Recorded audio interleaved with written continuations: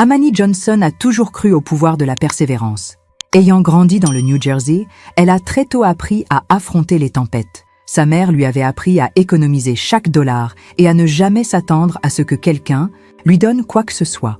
Après le décès de son père, Amani a déménagé à Atlanta en quête de chaleur et de nouveaux départs. Elle a rencontré Tyrone à l'église. Il était charmant, ambitieux et incroyablement charismatique. Il la faisait rire quand le monde semblait trop lourd.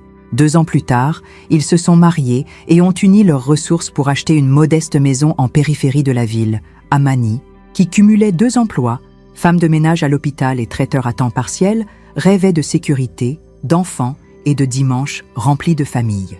Mais les rêves de Tyrone allaient toujours plus vite. Il passait sans cesse d'une idée de business à une autre, à la recherche de raccourcis, promettant sans cesse que leur grande réussite était à portée de main.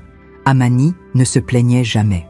Elle croyait au travail acharné, à la foi, et à l'idée que la loyauté finissait toujours par payer, même si les chiffres n'étaient jamais en sa faveur. La vie avec Tyrone était imprévisible.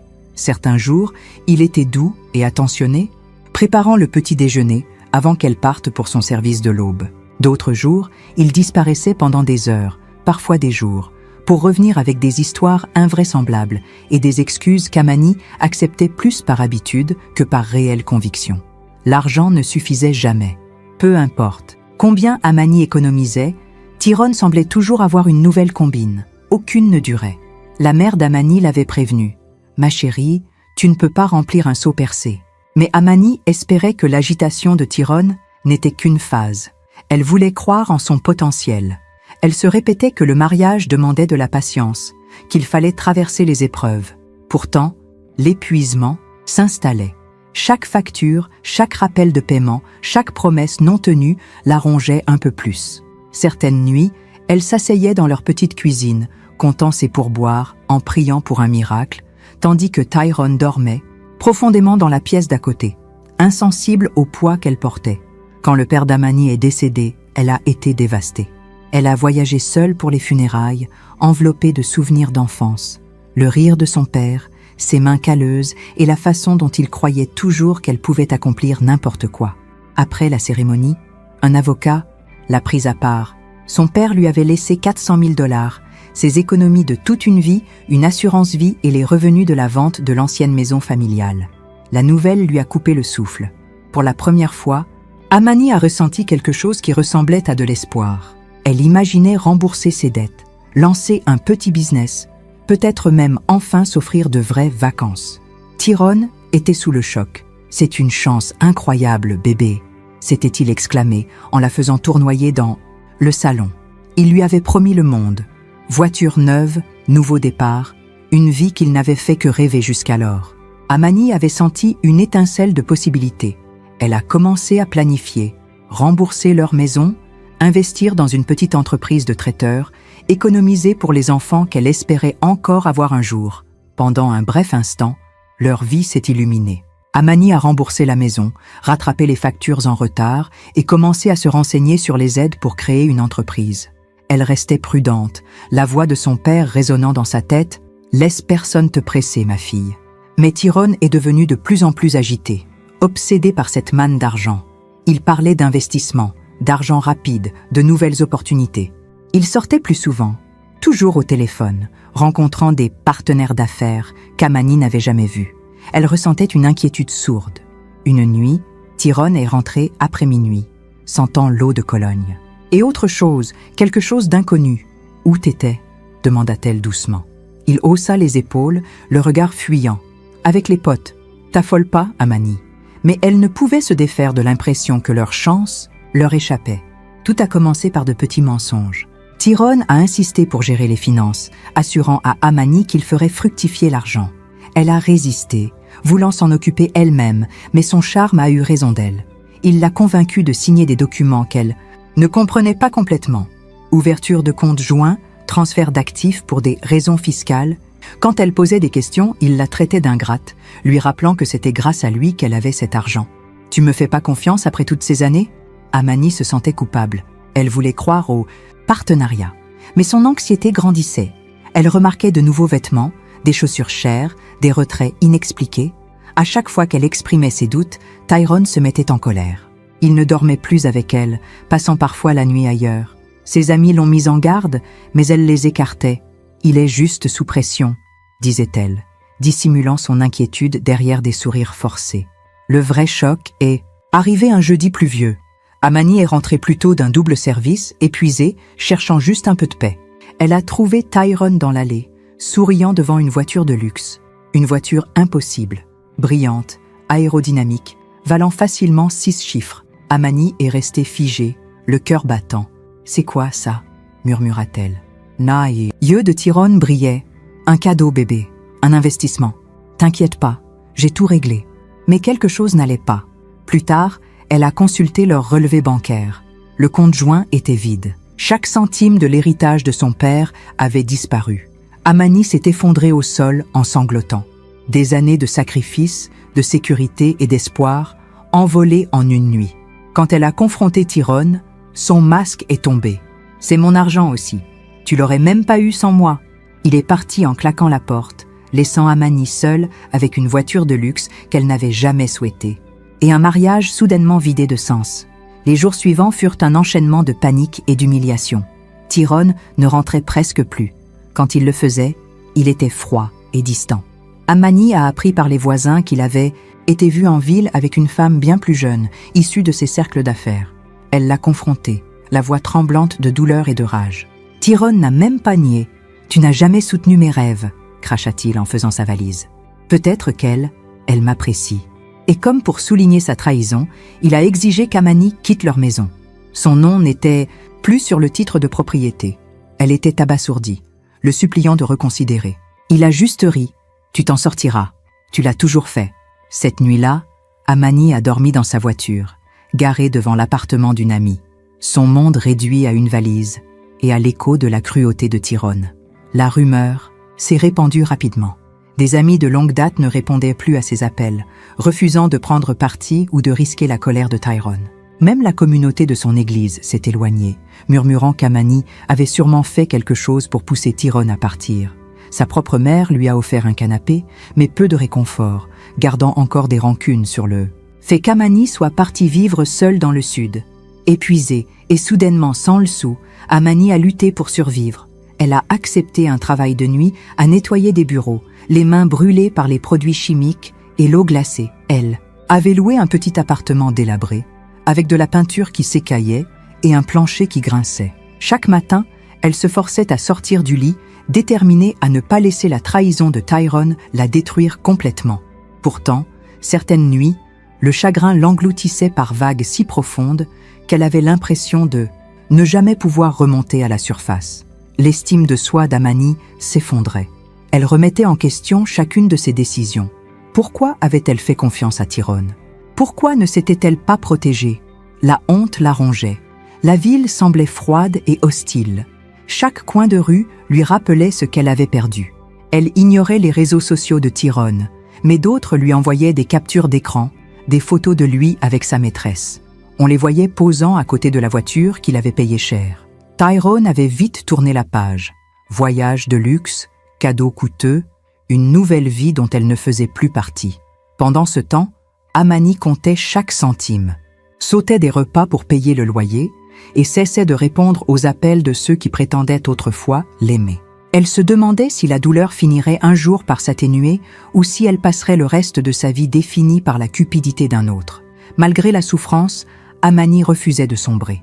Elle se jetait à corps perdu dans le travail, nettoyant des bureaux la nuit et travaillant dans un dîner le jour. C'était un labeur épuisant et ingrat, mais cela la gardait en mouvement. Un matin, après un service particulièrement difficile, elle trouva une vieille chaise en bois abandonnée sur le trottoir. Sur un coup de tête, elle la ramena chez elle, la ponça et la repeignit dans sa minuscule cuisine. Ce processus était apaisant, un rappel que quelque chose de brisé pouvait redevenir beau. Elle partagea une photo de la chaise finie sur un compte privé de réseaux sociaux sans rien attendre. À sa grande surprise, une femme du dîner lui envoya un message pour l'acheter 40 $. C'était une petite victoire, mais pour Amani, elle semblait monumentale, une étincelle dans l'obscurité. La restauration de meubles devint l'échappatoire d'Amani. Elle se mit à chercher des trésors sur les trottoirs en allant au travail. Tables, commodes, tables de nuit abîmées. Chaque projet était une leçon de patience. Elle apprit de nouvelles techniques sur YouTube, acheta des pinceaux et de la peinture d'occasion avec ses pourboires. En postant ses réalisations, l'intérêt grandit. Ses collègues et voisins commencèrent à lui commander des meubles sur mesure. Elle vendit une table restaurée $100, puis une bibliothèque pour $200. Avec cet argent supplémentaire, elle pouvait acheter de meilleurs matériaux et s'offrir de petits plaisirs. Un vrai repas, des chaussures neuves, un bouquet de fleurs pour sa cuisine. Pour la première fois depuis la trahison de Tyrone, Amani sentit revenir un fragile sentiment de fierté.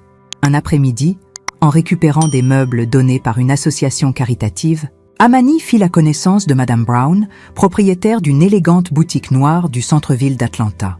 Madame Brown admira le travail d'Amani et l'invita à exposer quelques pièces dans sa boutique. Amani hésita, encore blessée, mais finit par accepter.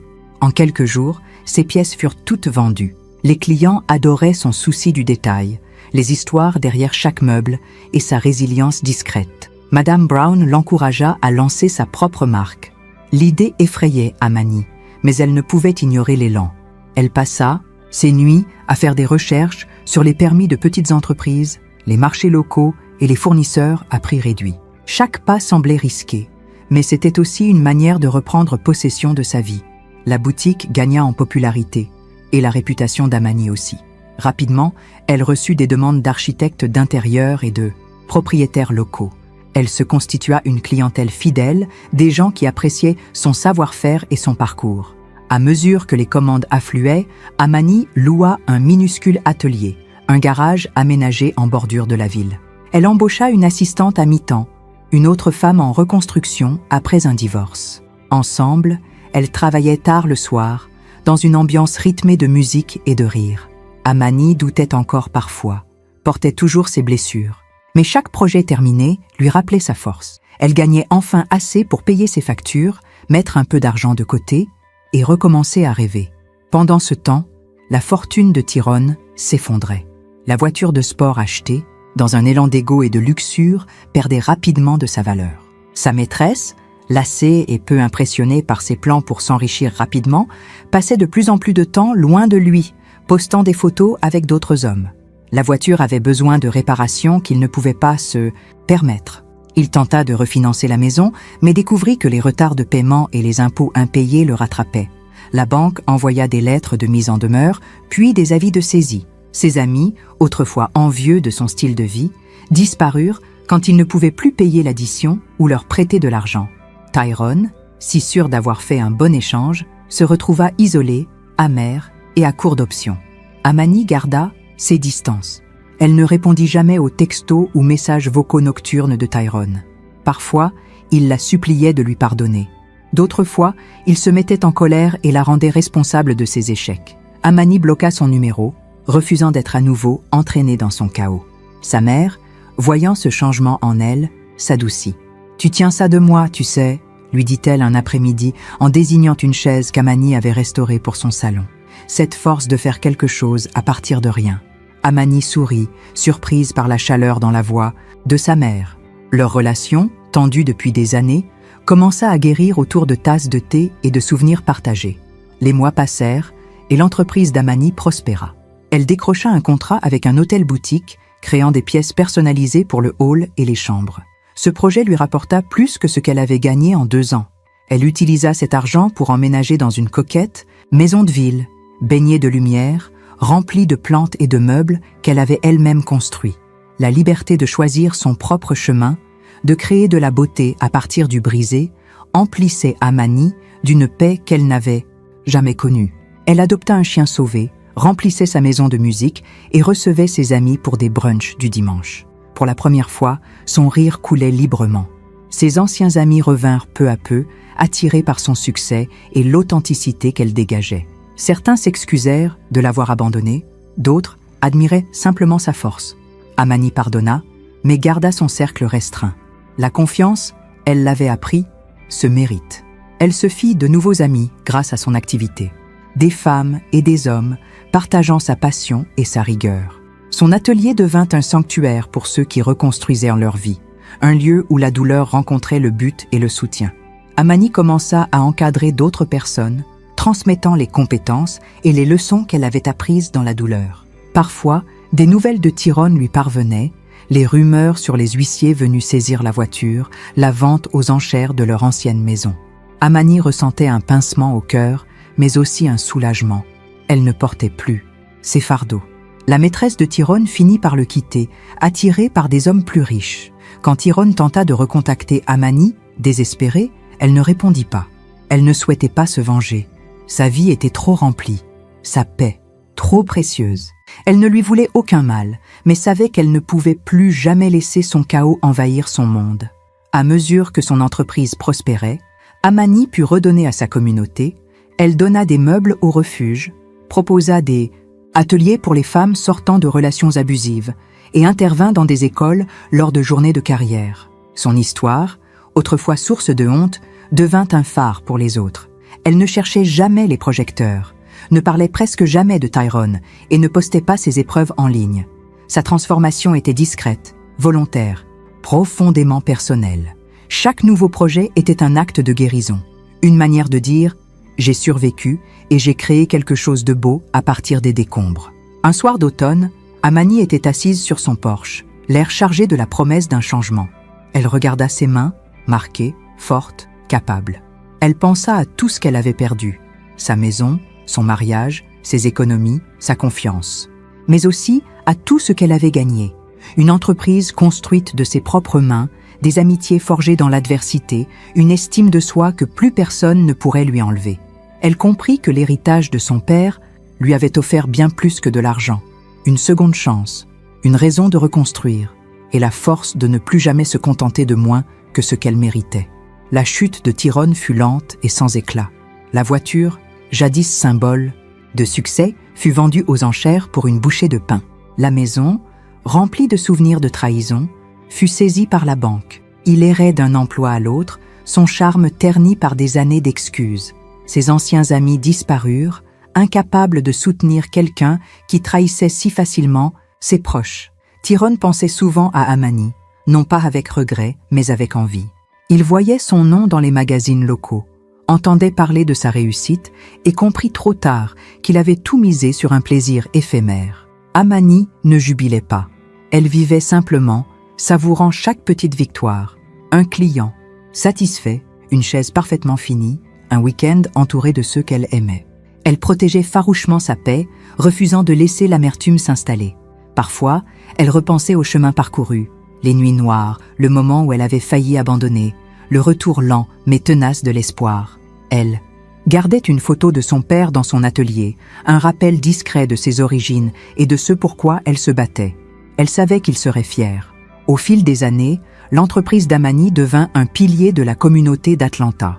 Elle forma des apprentis, élargissant son impact. Elle voyageait de temps à autre, visitant d'autres villes, s'inspirant de l'art et du design, mais rentrait toujours chez elle, dans cette maison qu'elle avait gagnée grâce à son courage et à sa grâce.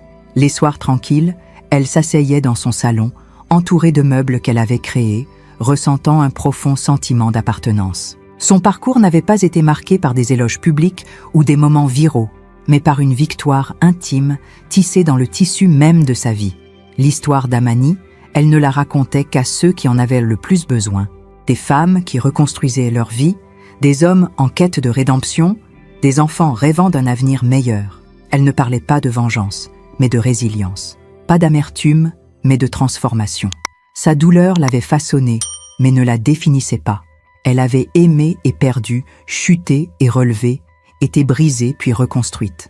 Dans chaque recoin de sa maison, dans chaque pièce qu'elle créait, Amani laissait une preuve. Il est possible de recommencer. Un soir, alors que le soleil se couchait sur son petit monde parfait, Amani regarda autour d'elle, contemplant tout ce qu'elle avait bâti. Le fantôme de la trahison ne la hantait plus. Elle respira profondément, entourée de chaleur, de beauté et d'amour, des choses que l'argent ne pourrait jamais acheter. Le karma n'était pas venu comme vengeance, mais comme opportunité. Amani sourit, sereine et forte. Sa plus grande victoire n'était pas ce qu'elle avait gagné, mais ce qu'elle était devenue. Une femme qui, en perdant tout, s'était trouvée elle-même. Si vous avez aimé cette histoire, merci de liker, commenter et partager cette vidéo avec vos amis. Abonnez-vous et activez la cloche de notification pour ne jamais manquer la publication d'une histoire inspirante.